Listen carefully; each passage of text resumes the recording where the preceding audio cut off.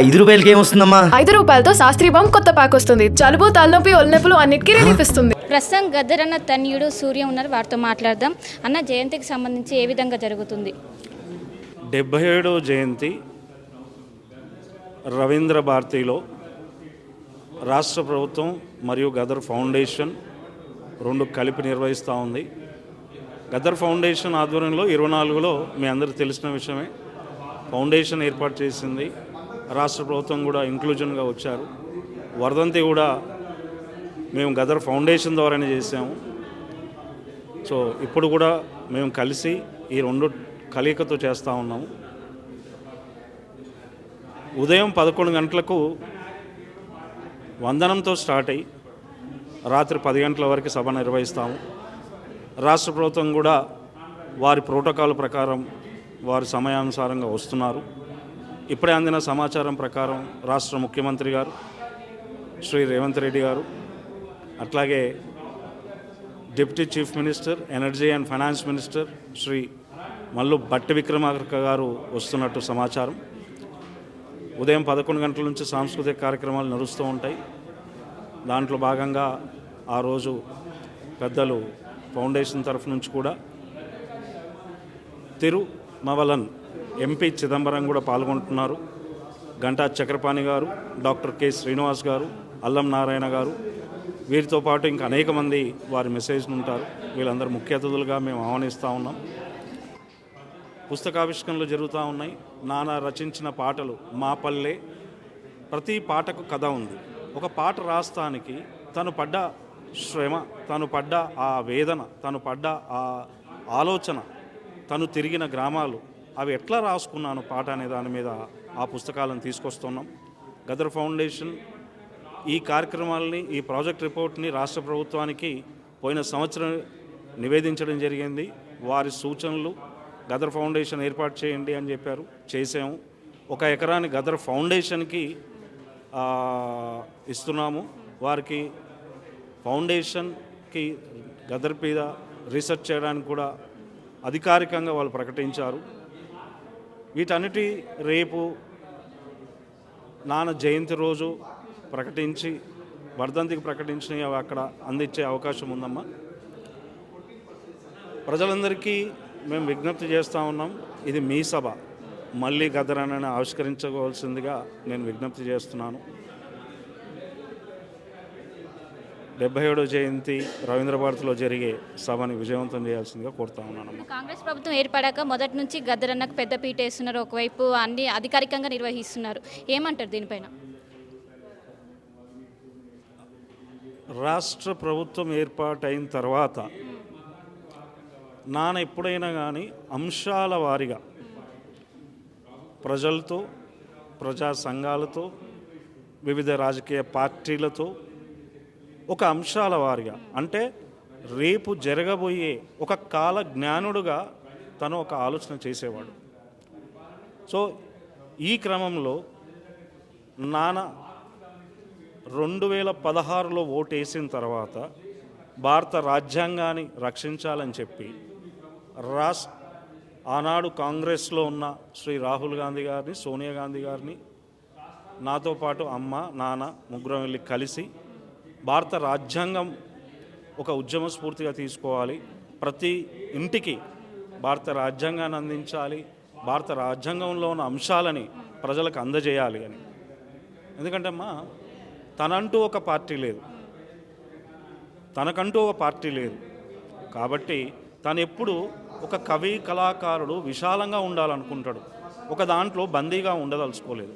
So అట్లా తెలంగాణ ఉద్యమం వచ్చినప్పుడు మీరు చూడండి, అక్కడ టీఆర్ఎస్తో కలిసి పనిచేశారు.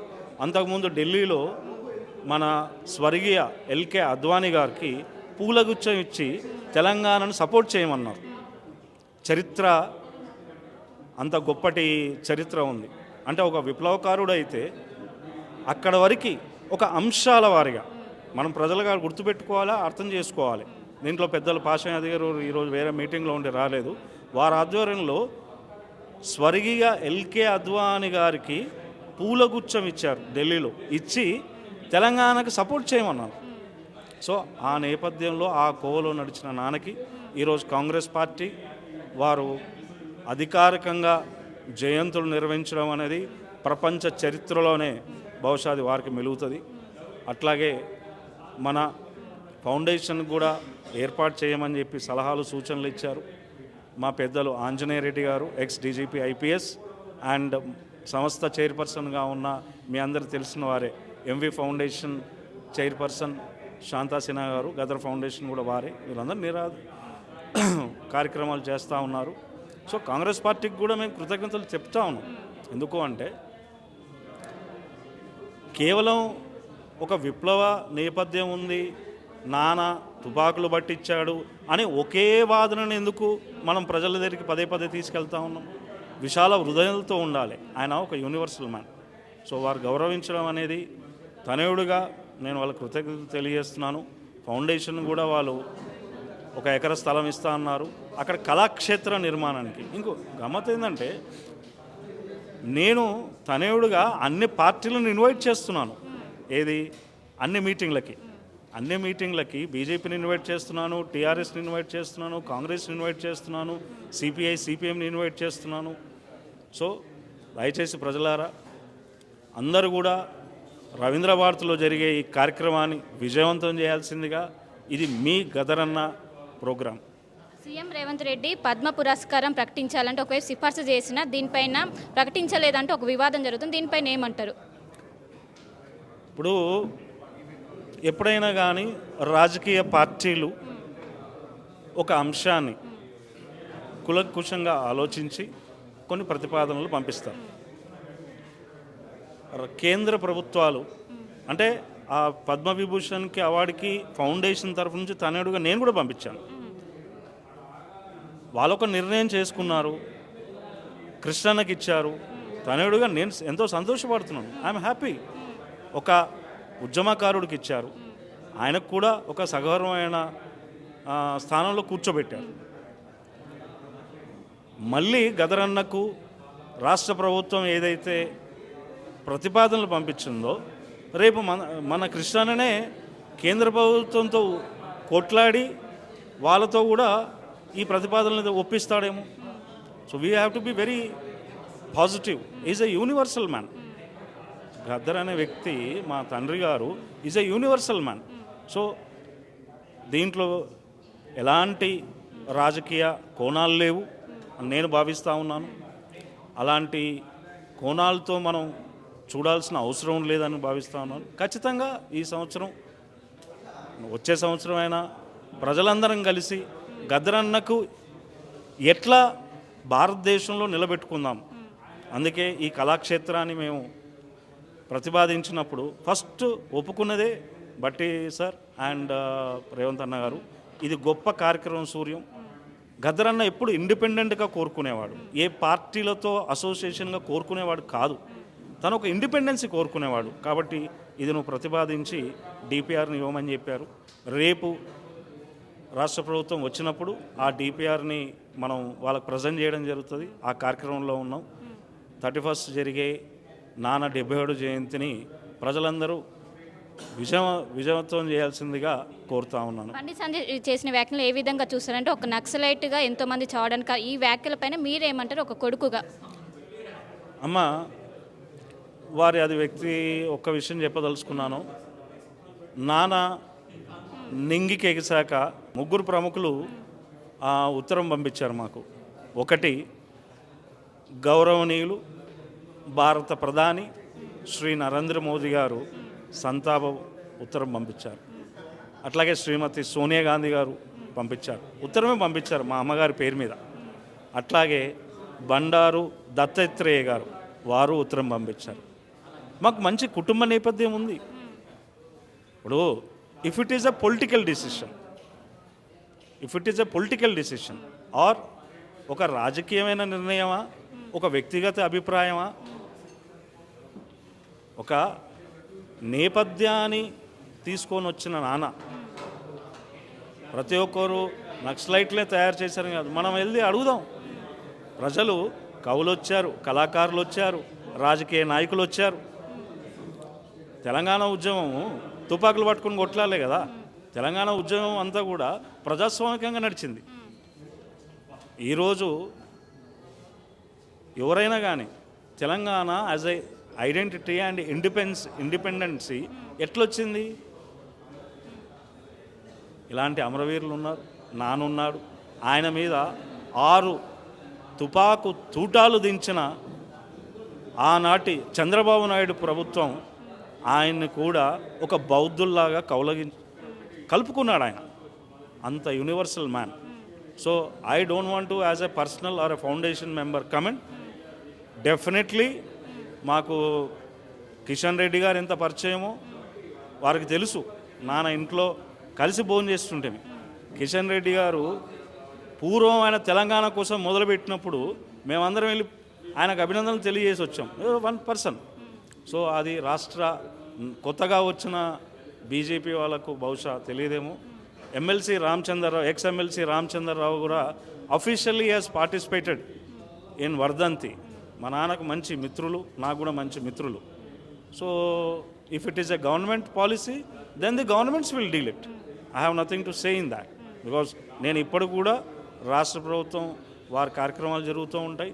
ఫౌండేషన్ ద్వారా నేను ఖచ్చితంగా బీజేపీ శ్రేణులు కోరుకుంటాను. వాళ్ళని కూడా రేపు నాన్న జరగబోయే వర్ధంతి సభకి ఆహ్వానిస్తున్నాను. చివరిగా నాన్నని తలుచుకుంటే ఒక పాట పాడండి. నా చిన్ని తమ్ముళ్ళారా, శంకరన్న వారసులారా, ఇది ఒక నేపథ్యంలో వచ్చిందమ్మా. నాన్నకు చాలా ఇష్టమైన పాట. సిరిమల్లే ఓహో సిరిమల్లే చెట్టు కింద లచ్చుమమ్మో లచ్చుమమ్మ, నువ్వు సినబోయి కూసున్నావెందుకమ్మో ఎందుకమ్మా. అంటే మా నాయనమ్మ, మా తండ్రి గారికి జన్మనిచ్చిన మా నాయనమ్మ మీద రాసిన పాట. అలా ఆ లచ్చుమమ్మలను భారతదేశం మొత్తం చూసిన తర్వాత చెలించి రాసిన పాట. ఎద్దోలే ఒక్కొక్క వెనుకకు అడిగేసి, ఆ పొలం ఉన్నది, అదే అక్కడ పండది. సిరిమల్లే ఆహ సిరిమల్లే చెట్టు కింద లచ్చుమమ్మో లచ్చుమమ్మ, నువ్వు సినబోయి కూసున్నావెందుకమ్మో ఎందుకమ్మా. ఈ పాటతో పాటు పొద్దుతిరుగుడు పువ్వు పొద్దును ముద్దాడే, ఆ పొద్దును ముద్దాడే, ఇలాంటి చాలా పాటలు ఉన్నాయమ్మ. సో బేసికలీ ఏంటంటే నేను బిట్స్గా నాకు చాలా ఇష్టం పాడడం. ఇంకా చాలా ఉన్నాయి పాడాలంటే. సో నాకు చాలా ఇష్టమైన పాట మా నాన్న. దాంట్లో ఒక నేపథ్యం ఉంది. సిరిమల్లె చెట్టు కింద లచ్చుమమ్మో సినబోయి కూసున్నావు ఎందుకమ్మో. అంటే ఎవరైనా కానీ ఒక సిరిమల్లె చెట్టు కింద కూర్చొని ఎందుకు ఉదాసనంగా ఉన్నావు, ఎందుకు ఆలోచిస్తున్నావు, ఏమైంది, నీతోటి సెల్లెళ్ళు నీతోటి అక్కళ్ళు కొడవళ్ళు నూరుకొని కొలిమి రాజేయబోతాయి. అంటే what has to be done. ఎప్పుడైతే పాలకులు అణిచివేస్తారో, రాజ్యం అణిచివేస్తుందో అప్పుడు నిలబడమన్నాడు, కత్తులు దుయ్యమన్నాడు.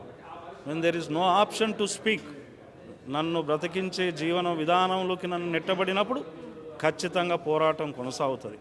ఆ పోరాటం అనేక రూపాలు కొనసాగుతూ ఉంది ఈరోజు. అవునా? So thank you very much.